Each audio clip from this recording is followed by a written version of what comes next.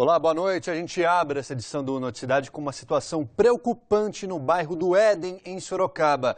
Cresce o número de furtos a residências no bairro. Os criminosos aproveitam que os moradores não ficam em casa durante o dia para cometer os crimes. O bairro parece tranquilo, mas no portão da casa da Luciane está a marca da insegurança.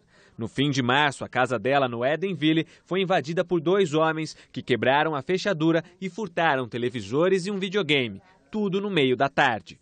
Acho que era por volta de umas 2 horas, sem esconder cara, nada, entraram numa boa e levaram o que conseguiram. Ela registrou um boletim de ocorrência, mas a sensação de impotência continua. Segundo os moradores, nos últimos 2 meses foram ao menos 10 furtos, a maioria de tarde, quando não há ninguém em casa. Rosângela teve a casa invadida 2 vezes, a última em março. O prejuízo foi de R$6 mil.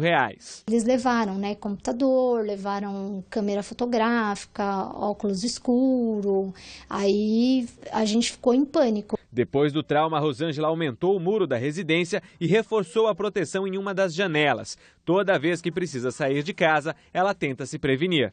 Tranco todas as portas e mantenho tudo fechado, sofá encostado em todos os locais. O que deixa muitos moradores revoltados é que o bairro só tem um acesso e está localizado bem ao lado de uma base da Polícia Militar. A indignação nossa de eles não terem medo nenhum de que a menos de 500 metros tem uma base, e não foi só minha casa, tem outras, então os moradores muito revoltados em questão disso. Eles desafiam a gente e desafiam os policiais também. Todos esses casos de furto acabaram mobilizando os moradores a colocarem na entrada do bairro esta faixa, convocando a população a cobrar por mais segurança. Fazemos reuniões frequentes agora com os moradores para poder ver o que a gente, qual ponto a gente chega. Se a gente contrata um segurança particular para fazer a ronda, se a gente põe câmera na nossa casa, o que a gente vai fazer. Então nós estamos primeiramente nos reunindo para poder pedir policiamento. O que todos esperam é a volta da tranquilidade ao bairro. É um bairro bom, a gente sai, faz caminhada, tanto à noite quanto durante o dia. As crianças para brincar, é um bairro bom para brincar, mas agora não dá. Tranquilidade para você sair trabalhar e saber que vai voltar e sua casa vai estar intacta. Sobre esse caso, a Polícia Militar informou que já prendeu 2 jovens de 19 anos que teriam sido suspeitos de cometer esses crimes. E olha, agora nesse período prolongado é comum o dono não estar em casa. Então, a orientação é de que os moradores peçam ajuda aos vizinhos, deixem um contato com eles. Tranquem sempre as portas e janelas, claro, com o cadeado para dentro, tá bom? E ainda falando em feriado, quem deixou para pegar as estradas hoje também não se deu muito bem, não. Teve que ficar parado no trânsito em um tráfego bem lento. Essas imagens são da rodovia Castelo Branco, em São Roque, sentido interior. Isso aí era por volta da 1 da tarde. De acordo com a Polícia Rodoviária, foram mais de 60 quilômetros de lentidão. E um acidente hoje deixou o tráfego lento também na rodovia Antônio Romano Esquincariol, em Tietê. Segundo a polícia, um caminhão não conseguiu frear e bateu na traseira de um ônibus.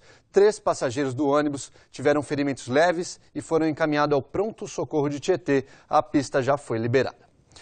2 pessoas ficaram feridas depois que o carro em que elas estavam caiu em um córrego em Sorocaba. Segundo o Corpo de Bombeiros, depois que o motorista perdeu o controle da direção no bairro Nova Esperança. As 2 pessoas foram atendidas no hospital regional e também foram liberadas. Um motociclista ficou ferido depois de bater em um caminhão nesta tarde na rodovia José Hermílio de Moraes, a Castelinho, no bairro Aparecidinha, em Sorocaba. Segundo os bombeiros, ele e o garupa tiveram fraturas nas pernas e nos braços. Eles foram encaminhados ao Hospital Regional de Sorocaba e também ao São Camilo, em Itu. Estiveram hoje em Sorocaba representantes da seleção da Argélia. Ficou decidido onde a comissão técnica deve ficar hospedada durante a Copa do Mundo. Veja. O vice-presidente da Federação Argelina de Futebol, Zef Jahid, e o assistente técnico Sérgio Moanet conversaram com a imprensa no Hotel Fazenda que vai hospedar a comissão técnica.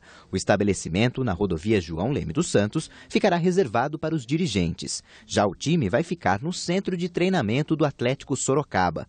O clube obteve um financiamento de R$4 milhões de uma agência estadual para realizar as reformas a pedido dos norte-africanos. Em 10 anos, nós pagaremos o empréstimo com juros e correção monetária. Então, não é um dinheiro que veio a fundo perdido. Nós vamos devolver esse dinheiro para os cofres públicos com juros e correção monetária. Antes de confirmar a estadia em Sorocaba, os argelinos conheceram a estrutura que o município oferece. Cada delegação tem seu treinamento próprio, as suas exigências quanto a equipamentos, acomodações. Eles fizeram todas as exigências e viram que tudo está no cronograma combinado. Em francês, o vice-presidente da Federação de Futebol do país afirmou ter gostado bastante da infraestrutura de Sorocaba. Toutes nos sorties de competição. Já o assistente técnico se disse encantado com a personalidade humana dos brasileiros. A convocação da seleção argelina de futebol deve ser feita até o dia 23 de maio, que é o prazo estabelecido pela FIFA. Eles vão vir para Sorocaba no começo de junho. Essa é a 5ª Copa do Mundo que a Argélia participa. E segundo os dirigentes, eles não vão vir aqui para o Brasil para fazer turismo. A ideia é avançar pela primeira vez para a 2ª fase do Mundial. O auxiliar técnico destacou a força dos adversários no grupo H, Rússia, Bélgica e Coreia do Sul, mas disse que a Argélia se esforça para surpreender no Mundial. On vient pas ici battu, on vient pas ici faire du tourisme, on vient ici avec beaucoup d'ambition et on espère être la bonne surprise de ce mondial. E o palpite dos dirigentes sobre quem vai vencer a Copa de 2014? Bom, tomara que eles acertem. Je vois bien Brasil champion du monde. O Brasil vença, mas que a Argélia vá bem também, tomara. E falando em Copa do Mundo, que muita gente gosta, tem uma turminha que sofre, viu? Por conta dos rojões e outras situações perigosas. São os nossos amigos, os cachorros. Então, para saber o que fazer com os bichos, foi lançado um guia em Itu para brasileiros e também estrangeiros. Entenda melhor. Júnior e o filhote Josh são as paixões de Luciana. Por conta da dupla, ela cancela viagens, compromissos e até passa a virada do ano dentro de casa. Em 10 anos na companhia de Júnior, Luciana aprendeu a entender o cão e o que fazer em situações de estresse e medo. No início eles tremem, né? E já procuram meu colo, um apoio e daí eles ficam sossegadinhos, tranquilos. Este veterinário explica que o comportamento dos animaizinhos de estimação realmente muda diante de situações estranhas e com muito barulho. Os cães e gatos e outros animais têm uma sensibilidade auditiva muito maior, então com certeza isso incomoda-os. Mas o principal realmente é o medo do desconhecido. Dependendo da saúde do animal, ele pode ter uma crise convulsiva. Se o animal tem problema cardíaco, alguma coisa, ele pode também provocar um desmaio ou até uma parada cardíaca grave. Com o aumento do número de pets, o mercado especializado oferece métodos para amenizar as consequências.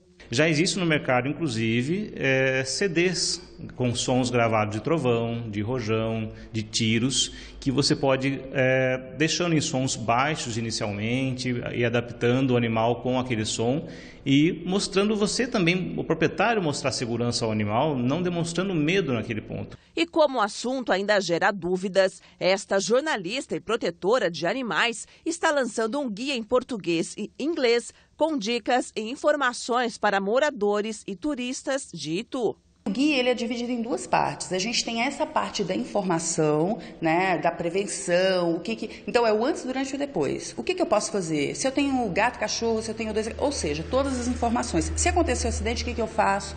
Essa é uma parte. E a segunda parte, a gente fez pensando não só na população, mas principalmente no turista. Se acontecer de algum turista, que a probabilidade é grande de acontecer, de encontrar um animal perdido ou atropelado, o que ele vai fazer? Ele não precisa começar do zero. Em qualquer lugar que ele atravessar, num bar, num restaurante, num ponto turístico, ele vai ter informação. Por enquanto, o guia é somente virtual. No entanto, uma campanha foi lançada para impressão das dicas.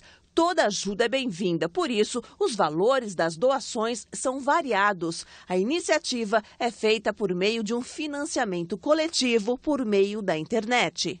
Quando a gente usa a ferramenta, a gente tem que pagar uma porcentagem para eles, né?